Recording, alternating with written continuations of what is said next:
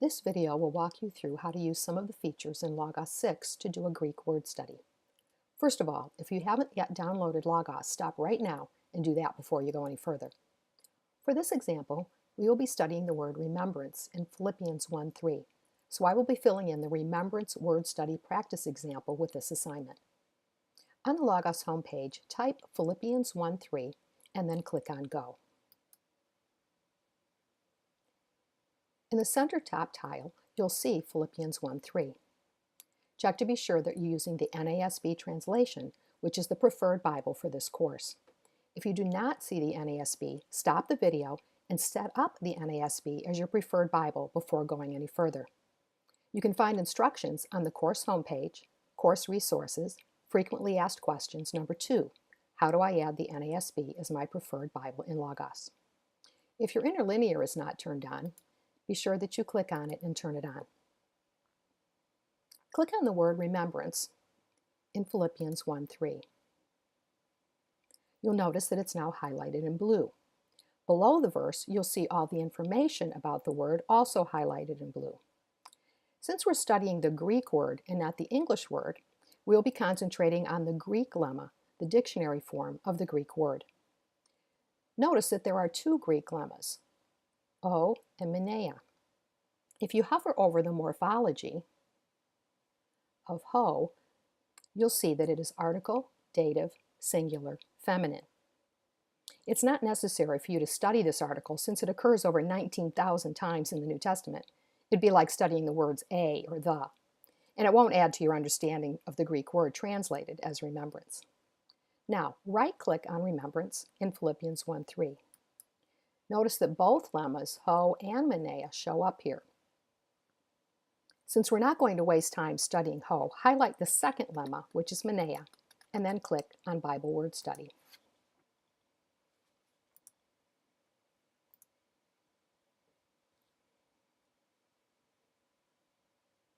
At the top of the Bible Word Study tile, you'll see the Greek lemma, and be sure that the search is set to all passages.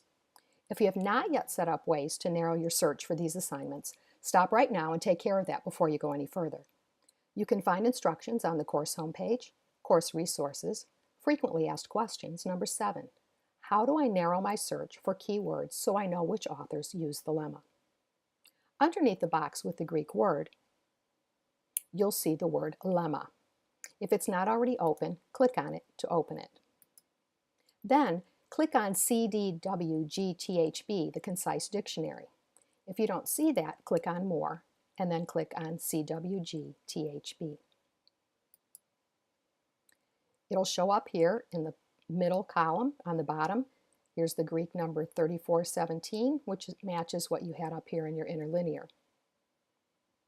Highlight the information about this word, right-click, copy, and paste it into your word study practice template.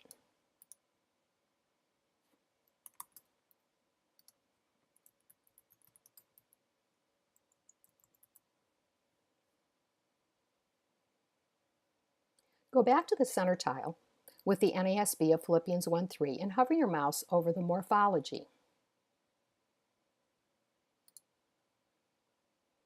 NDSF stands for noun, dative, singular, feminine. Type those words, not the initials, into your word study practice template in the third blank.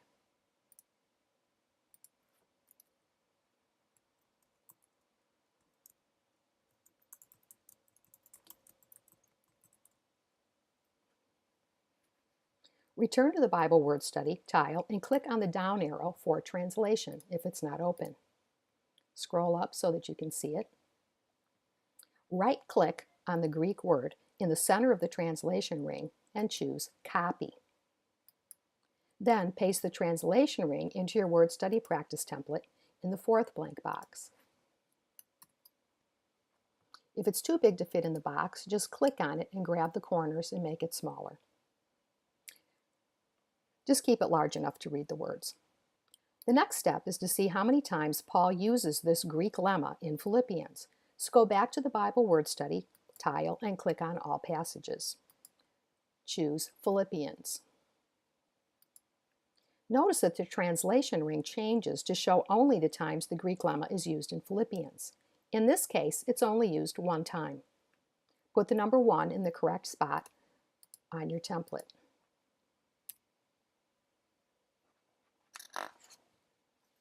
Now, click on the Greek lemma in the center of the translation ring. Below the translation ring, you'll now see the verse where Paul uses this Greek word.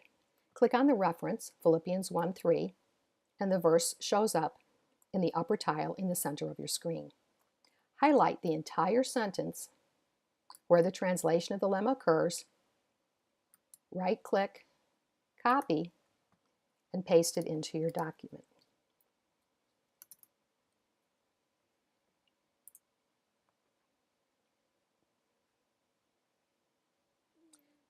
Now we want to see how many times Paul uses this same Greek lemma in his other books.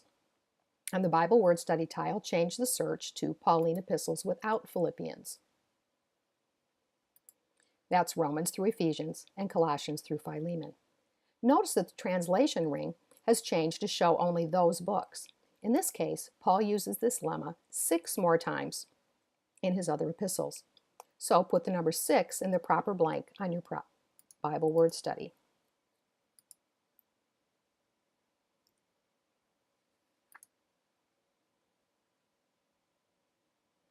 Click on the Greek lemma in the center of the translation ring to see those 6 times.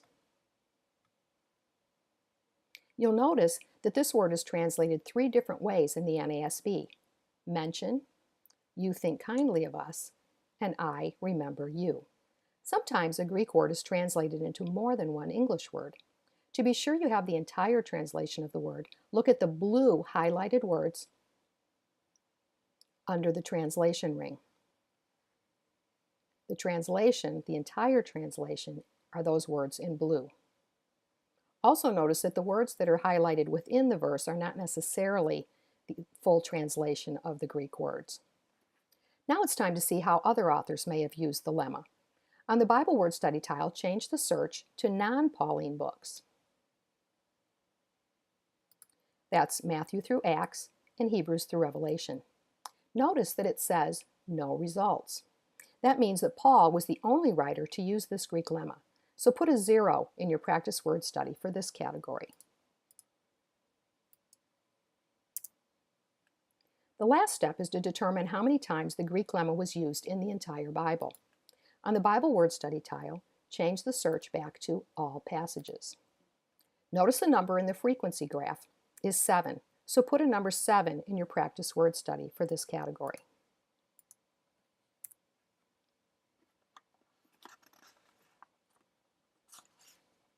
Just to be sure you didn't make any mistakes, check to see that the numbers for Philippians, Paul's other books, and other authors add up to the same number as All Passages. Okay, those are the starting points for finding what you need in Logos to do word studies for this course. Next week, we'll go deeper into the meanings of the Greek words. This example on remembrance and another example on faith are with the practice word study attached to the assignment. Take a look at those, review this video as many times as you like, and then give it a try with the word attitude in Philippians 2:5.